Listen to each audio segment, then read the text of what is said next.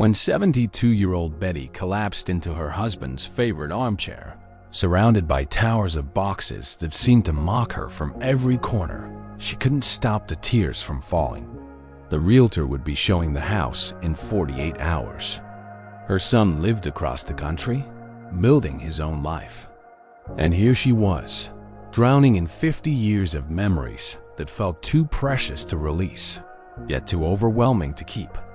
The silence in the house was deafening. Without Frank's gentle voice telling her stories about each photograph, each trinket, each piece of furniture they'd collected together, everything just felt like ... stuff. Beautiful, meaningful stuff that was slowly suffocating her. She'd wake up each morning with grand plans to tackle just one room, only to find herself 3 hours later sitting on the floor of the guest bedroom, clutching their wedding album and sobbing into tissues that came from a box she'd been meaning to organize for 2 years. But what Betty discovered next changed everything. Not only did she transform her entire house in just 2 days, but for the first time since Frank's passing, she felt hopeful, excited, even like she was finally ready to write the next chapter of her story instead of being trapped in the old one. Her breakthrough? 7 life-changing decluttering strategies for seniors that work even when your heart is breaking, your energy is gone, and you're convinced you'll never be able to let anything go. These aren't your typical organizing tips. They redesigned specifically for people facing the hardest transitions of their lives. I'm about to share Betty's exact system with you, because what she learned will transform not just your home, but your entire relationship with the past. So subscribe for more content that truly understands what you're going through. Hit that notification bell. Give this video a thumbs up if it resonates with you. And please share in the comments below what is making this process feel impossible for you right now. Whether it's the guilt, the exhaustion, or just not knowing where to begin, your story matters. I read every single comment, and sharing your truth might be exactly what another person needs to hear today. Betty was no neat freak, far from it. After losing Frank after 45 years of marriage, her home had become a shrine to their shared past, a museum of memories she couldn't bear to disturb. Every corner held remnants of her life as a nurse, a mother, a wife, and a church volunteer during her decades before retirement. Does that sound familiar? Maybe you're holding on to your own collection of sentimental items, or perhaps you're drowning in practical things you might need someday. Here is why Betty's story is so powerful. She didn't spend months agonizing over every item, like most organizing tips for the elderly suggest. Instead, she used 7 unconventional, no-nonsense decluttering hacks for seniors, specifically tailored for people grappling with decades of possessions, limited physical stamina, and deep emotional ties to their belongings. By the end of this video, you'll have Betty's step-by-step playbook. Practical, hard-hitting strategies that deliver results fast without the fluff or feel-good platitudes. But here's what amazed me. Betty didn't just declutter her home. She decluttered her life, opening the door to a vibrant senior home transformation. Let's dive into her system. Hack 1. The Brutal Sort Method. Betty's first hack is called the Brutal Sort Method, inspired by Battlefield medics who make split-second life-or-death decisions under pressure. Just like medics don't have time to debate every case, you can't afford to agonize over every possession when you're downsizing after 60. This hack saved Betty from the indecision that had kept her trapped for 2 years after Frank's passing. Here's how it works. In just 10 minutes per room, divide everything into 3 categories. Category 1. Must keep. Absolute essentials like medications, important documents, or that one coffee mug you use daily. Category 2. Maybe. The danger zone, where most people stall out. Category 3. Haven't used in a year. Automatic toss. No exceptions. No excuses. Here is the brutal twist that makes this method so effective. Treat maybe like toss. Betty realized that maybe is just fear masquerading as practicality. and fear will keep you buried in clutter forever. She started in her kitchen, the heart of her home where necessity is easiest to judge. In 10 minutes, she sorted through 14 coffee mugs when she only drinks tea now, 3 sets of pots from her days hosting church potlucks, and a bread maker she hadn't touched since 1998. She kept her favorite teacup, a delicate floral one Frank brought her from his business trip to Portland. She donated the coffee mugs to a local shelter and tossed the bread maker, which hadn't even worked in years. The speed forced her to trust her instincts, and the results were immediate. A kitchen that felt open and functional for the first time in a decade. But the real breakthrough came in her dining room. Betty had 15 tablecloths, some still in their original packaging from the 1980s, and 4 sets of china for a family that no longer gathered for big holiday meals. She kept 1 tablecloth for small gatherings, donated the rest, and felt a weight lift off her shoulders. The emotional shift was profound. She realized that holding on to things just in case wasn't making her feel secure. It was making her feel trapped, anxious, and overwhelmed every time she opened a cabinet. What's your biggest maybe category? Kitchen gadgets, old clothes, or stacks of papers? Drop it in the comments. Let's name it to tame it. Hack 2. The 8-minute energy. Blitz. Betty's second hack saved her from the exhaustion that derails most home organization for seniors' attempts before they gain momentum. Here's the truth. Seniors have limited emotional energy. About 8 minutes before decision fatigue sets in, and every choice feels overwhelming. Betty discovered that after this threshold, she'd start keeping everything just to avoid the mental strain of deciding. So she set an 8-minute timer for each small area. Not a whole room, but a single drawer, a closet shelf, or a bathroom cabinet. When the timer buzzed, she stopped, even if she wasn't finished. This single rule transformed decluttering from a grueling marathon into manageable sprints. Here's why it worked. In 8 minutes, you can't overthink. You're forced to trust your gut. Betty started with her bathroom cabinet, a chaotic mess of expired products and forgotten items. In one 8-minute blitz, she tossed lotions from 2003, 7 half-used shampoo bottles, and a curling iron that sparked dangerously the last time she tried it. She filled an entire trash bag and reclaimed space she'd forgotten existed. The next blitz was her bedside table drawer, stuffed with old reading glasses, expired coupons, and a dozen pens that didn't write. In another 8 minutes, she kept 1 good pair of glasses and tossed the rest, creating a drawer that felt calm and useful. The genius of this hack is in the stopping. By pausing while she still had energy and mental clarity, Betty avoided the burnout that had paralyzed her for years. She actually started looking forward to her next 8-minute session, turning decluttering into a series of small victories. By the end of day 1, she'd completed 22 sessions, over 3 hours of focused, productive work without feeling drained or overwhelmed. She took breaks to make tea, call her daughter, or simply rest, which kept her refreshed for the next sprint. Do you try to tackle entire rooms at once and end up quitting? Share in the comments how that approach has worked or hasn't worked for you. Hack 3. The outsider test. The third hack is brutal, but absolutely brilliant.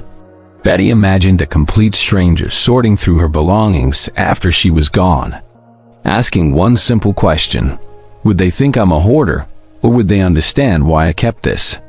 This mental shift stripped away the emotional fog of guilt, nostalgia, and obligation, letting her see her possessions with crystal clarity.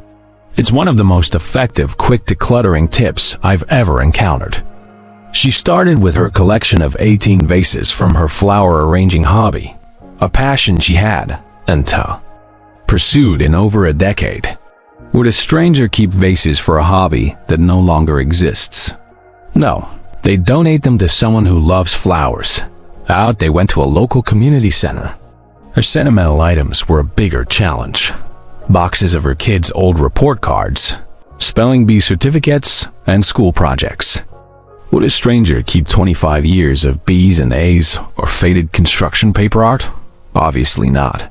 She kept one special report card per child, her son's first honor roll achievement, her daughter's glowing teacher comments, and let the rest go without guilt. This hack worked miracles in her closet. Betty had 9 winter coats for a town with mild winters, some unworn since her nursing days. A stranger wouldn't keep 9 coats for occasional chilly days. They'd donate them to a shelter where they'd be used daily. She kept 1 warm jacket and donated the rest, feeling lighter with every decision. The emotional breakthrough came when she realized that holding on to items out of guilt was unhonoring her past. It was stealing space from her present. She applied the outsider test to her garage, where she found old camping gear from family trips 15 years ago. A stranger wouldn't keep tents with broken zippers for a woman who no longer camps. She donated them to a Boy Scout troop, imagining kids enjoying new adventures. What item in your home would a stranger toss without a second thought?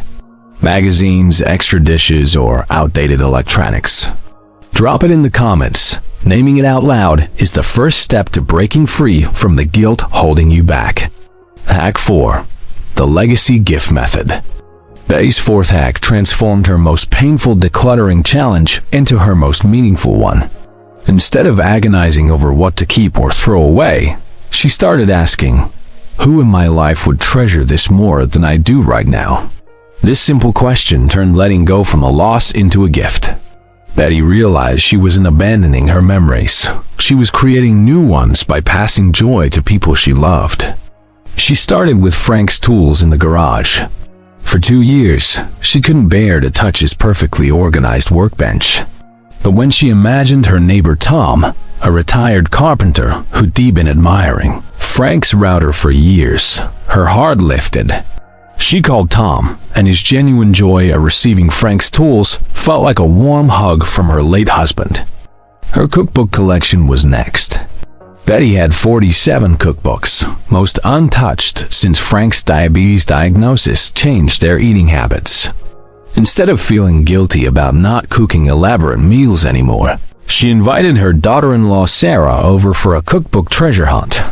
Sarah left with 12 cookbooks, already planning Sunday dinners with the grandkids using Betty's old recipes. The breakthrough came with Frank's clothes. Betty had been unable to even open his closet door. But when she thought of her son Michael, who was Frank's exact size and had always admired his father's classic style, she found the courage. She called Michael, and his voice broke with gratitude. "Dad would love knowing I'm wearing his favorite sweater," he whispered. Betty's jewelry box held pieces she never wore anymore. Gifts from Frank, inheritances from her mother, costume jewelry from her working days. She gave her daughter her grandmother's pearls, her sister-in-law a vintage brooch, and her best friend a pair of earrings that perfectly matched her blue eyes. The magic of this method is that it doesn't feel like loss. It feels like love in action. Betty wasn't losing her memories. She was watching them come alive in new ways through people who would actually use and appreciate these items. Who in your life would light up to receive something you're holding on to but no longer use? A grandchild who'd love your books, a neighbor who'd appreciate your garden tools, or a friend who'd treasure a piece of jewelry. Share in the comments. Your idea might inspire someone else to turn their decluttering into gift-giving. Hack 5. The Photo Replacement Strategy. Betty's 5th hack solved the biggest emotional roadblock in senior decluttering. What to do with items too meaningful to toss, but too numerous to keep. Her solution? Replace the physical item with a photo and a story. This hack worked miracles with her grandchildren's artwork. Betty had saved every drawing, every craft project, every school photo from 15 years of grandparent duty. The collection filled 3 large boxes and was growing every holiday. She realized she was storing guilt, not joy. Betty's solution was genius. She photographed each piece of artwork, then wrote a short story on the back of each photo, when it was made, what the grandchild said about it, why it was special. Then she created a photo album called Masterpieces by Emma and Jake. The result? All the memories in one beautiful book, instead of 3 boxes of deteriorating paper. She applied this strategy to Frank's workshop projects. He'd made dozens of birdhouses, small furniture pieces, and craft items over the years. Betty couldn't keep them all, but she couldn't bear to donate Frank's handiwork. She photographed each piece, wrote the story behind it, and created a Frank's Creations album. She kept his best work, a jewelry box he'd made for their 25th anniversary, and donated the rest, knowing the memories were safely preserved. Her travel souvenirs got the same treatment.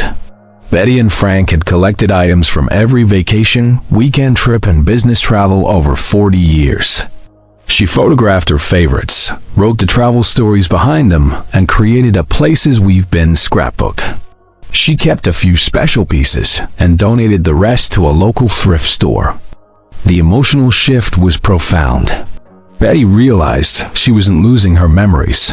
She was organizing them in a way that let her actually enjoy them. Instead of boxes of forgotten items gathering dust, she had albums she could flip through anytime, complete with the stories that made each item special. This hack works for any collection that's emotionally significant, but physically overwhelming. Holiday decorations, vintage dishes, children's clothing, hobby supplies, or book collections. What collection in your home tells a story you want to remember, but takes up space you need to reclaim? Share in the comments. Your story might inspire someone else to find their own photo replacement solution. Hack 6. The Future Self Reality Check. Betty's 6th hack was a game changer that eliminated the "someday I might need this" trap that keeps so many seniors buried in clutter. She started having honest conversations with her future self. For every item she was tempted to keep just in case, Betty asked, realistically, at my age, and with my current lifestyle, when would longer use actually use this again? The answers were eye-opening and liberating. Her sewing machine was the first reality check. Betty had been an accomplished seamstress in her 40s and 50s, making Halloween costumes, prom dresses, and home decor. But she hadn't touched the machine in 8 years. Her arthritis made detailed work painful, and her interests had shifted to reading and gardening. Would her 80-year-old self really take up sewing again? Honestly, no. The machine went to her neighbor's daughter, a college student who was thrilled to receive it. Her exercise equipment was next. Betty had a treadmill, dumbbells, and yoga mats from her fitness-focused 60s. But her current exercise routine was gentle walks and chair yoga. Would her future self need a treadmill gathering dust in the basement? She faced the truth. No. The equipment went to a local community center where it would actually be used. Her formal dinnerware was the hardest reality check. Betty owned china for 12, crystal glasses, and silver serving pieces from her entertaining days. But her current social life centered around casual coffee dates and small family dinners. Would her future self host elaborate dinner parties? The honest answer freed her to keep place settings for 4 and donate the rest to a young couple just starting out. The breakthrough came with her professional wardrobe. Betty had kept suits, dress shoes, and blazers from her nursing career just in case she needed professional clothes again. But at 72, was she likely to return to formal work? The reality check was freeing. She donated everything except one good outfit for special occasions. This hack works because it replaces guilt-driven keeping with honest assessment. Betty stopped feeling bad about her changing interests and abilities. Instead, she felt proud of passing useful items to people who could actually use them. What items are you keeping for a version of yourself that no longer exists? Exercise equipment for someone more active, kitchen gadgets for someone who entertains more, or clothes for a different lifestyle. Share in the comments. Honesty about our changing needs is the first step to freedom. Hack 7. The Completion Celebration. Betty's final hack ensured she'd actually finish what she started, rather than getting overwhelmed halfway through like so many home organization for seniors attempts. She created a completion celebration system that made finishing feel like a victory instead of a loss. For each room she completed, Betty planned a specific reward.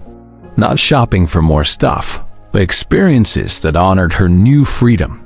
After finishing the kitchen, she invited her best friend over for tea in her newly spacious space. After the bedroom, she treated herself to new sheets that actually fit in her streamlined linen closet. The emotional component was crucial. Instead of mourning what was gone, Betty celebrated what was gained. After clearing her dining room, she invited her daughter's family for Sunday dinner. The first time in years she felt comfortable hosting. The joy on her grandchildren's faces as they played in the newly opened space was worth more than any possession she released. Betty documented her progress with before and after photos, creating a visual reminder of her transformation. She shared her success with friends, inspiring others to start their own decluttering journeys. Her story became an encouragement to her church group, and she began mentoring other widows facing similar challenges. The real celebration came on moving day. Instead of dreading the transition, Betty felt excited about her new apartment. She'd intentionally chosen each item that made the move, creating a space that reflected her current life rather than her past accumulation. The most powerful celebration was internal. Betty realized she wasn't just decluttering her home, she was decluttering her identity. She was choosing to be someone who lived in the present rather than being trapped by the past. Someone who made space for new experiences rather than being buried under old possessions. Her final celebration was a letter to herself, acknowledging her courage in facing this challenge and her success in creating a home that supported her current life. She kept this letter in her new apartment as a reminder that she could handle any future changes with the same strength and wisdom. What would your completion celebration look like? A special meal, a call to a proud friend, or simply sitting in your transformed space with a cup of coffee? Share in the comments. Planning your celebration before you start makes success feel inevitable. Betty's transformation in 48 hours wasn't just about decluttering. It was about reclaiming her life. These 7 brutal hacks work because they're designed for real people facing real challenges, not Instagram perfect organizing fantasies. The brutal sort method eliminates decision paralysis. The 8-minute energy blitz prevents exhaustion. The outsider test cuts through emotional fog. The legacy gift method turns loss into love. The photo replacement strategy preserves memories without preserving clutter. The future self reality check stops guilt-driven keeping. And the completion celebration ensures you actually finish. If Betty's story resonates with you, here is what I want you to do right now. Choose one hack and commit to trying it this week. Start small. Maybe an 8-minute bathroom cabinet blitz or applying the outsider test to one closet shelf. Subscribe to this channel for more content that understands the real challenges seniors face during major life transitions. Hit that notification bell so you never miss strategies that could transform your home and your life. Like this video if Betty's story inspired you, and please share it with someone who might need to hear that it's possible to let go without losing what matters most. Most importantly, drop a comment below sharing which hack you're going to try first. Your commitment in writing makes it real, and your success story could inspire the next person who desperately needs to know that transformation is possible at any age. Remember, you're not just decluttering your home. You're creating space for the next chapter of your life. And that chapter can be beautiful, peaceful, and full of exactly what you need to thrive. Betty would tell you, it's never too late to choose freedom over fear, space over stuff, and future over past. Your journey starts with one 8-minute timer, one honest question, or one loving gift to someone who will treasure what you're ready to release. What are you waiting for? Your transformed life is just 48 hours away.